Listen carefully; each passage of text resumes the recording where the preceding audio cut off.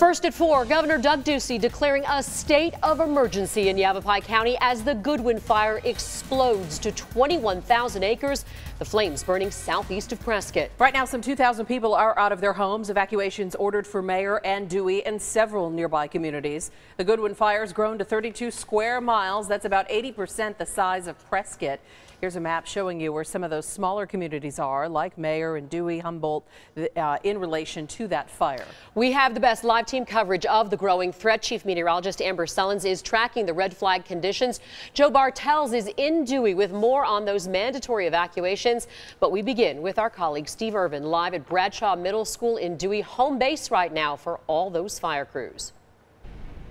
And Katie and Faye, I wish I had better news to report for you, but this has been a very difficult day in this firefight. As you mentioned, this has exploded in size. Just 24 hours ago, we were talking about a fire under 5,000 acres. It is quadrupled in size overnight, and those numbers expected to grow exponentially once again today. As you mentioned, right now we stand at 21,000 acres, 650 firefighters on scene, more than 1,000 fire personnel overall, including support personnel, and as you mentioned, just 1% containment. So this is a very, very active fire.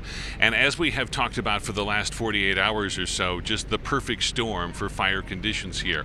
The hottest, driest part of the year, temperatures here in the mid-90s with very low humidities here. Winds coming out of the southwest at 10 to 20 miles an hour, gusting even higher. Firefighters have been told to expect 11 to 12-foot flames when they're out there on the fire lines, but up to 50 feet high as those flames go uphill and catch fuel as it goes. The incident commander here really being extra cautious as to where they place firefighters because there's so many small ranches and communities, small subdivisions in this area. The priority obviously is structure protection, but the incident commander making an important announcement today saying make the appropriate call. Make sure you have an escape route. Make sure you are not in harm's way. An indication that firefighters are going to put safety first, and with 3,000 structures threatened, that is not good news for the many people who live in this area, many of which have already been told to get out. In fact, 11 communities now on a mandatory evacuation order, 4 other communities on a pre-evacuation order, and Joe Bartels is in Dewey, Humboldt, just down the road from here, where we've seen a steady stream of people leaving town all day long. And Joe, this obviously doesn't set their minds at ease. And Steve, those mandatory fire evacuations are not far from where we're standing right now. Take a live look now. This is the Goodwin Fire putting out a lot of smoke. This is looking from Dewey directly to the south here.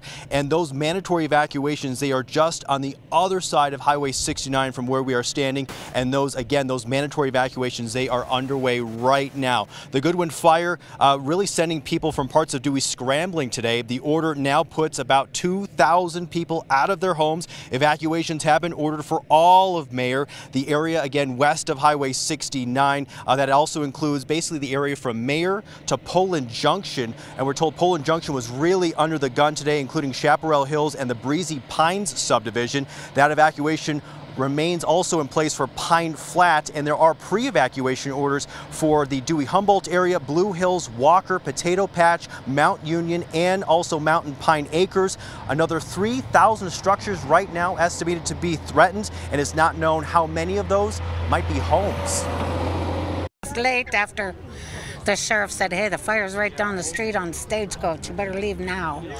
And we left because we didn't have any more electricity. The electricity's still off. And we know that it will be perhaps many more days before people who are evacuated right now are allowed back into their homes. And Steve, I can tell you, since we've been out here really all day, the ash has been falling, raining down on us, just an indication of just how close this fire is. Steve? We mentioned the difficult conditions that firefighters are facing out there on the fire lines. Weather is always the biggest factor and always the biggest concern when it comes to deployment of resources in a battle like this. And Amber Sullins is standing by with your forecast. They need better news, Amber. Yeah, and they're going to get it going into tomorrow. And actually, the red flag warnings are posted north of that area, not exactly where this fire is burning. And that's because the wind speeds just aren't strong enough in that area. Now, they are still strong. We're still talking wind gusts gust at 30 miles per hour. But the red flag warnings themselves, which are in effect till 8 p.m. tonight, are again farther to the north. Come tomorrow, we're not going to see any red flag warnings. Conditions are going to get better as wind speeds lighten up. But today we still have a close eye on all of that smoke, which is drifting quite a ways away from that fire, driven by the southwest winds that will continue there at 10 to 20 miles per hour for the next few hours. Peak wind gust around 30. The good news is that dew points are up. That means humidity values are a little bit higher than they were at this point yesterday. Still incredibly warm though, temperatures in the upper 80s to low 90s, and that's not going to change. So as we go into tomorrow, we're still talking incredibly warm air, if not hot even in some of these cases, low humidity values, but the break that we'll get is in terms of the wind speeds, which are looking much lighter starting around sunset tonight, continuing into the overnight hours and going into tomorrow. We're going to take a closer look at that forecast for tomorrow and what to expect right here in the valley too coming up.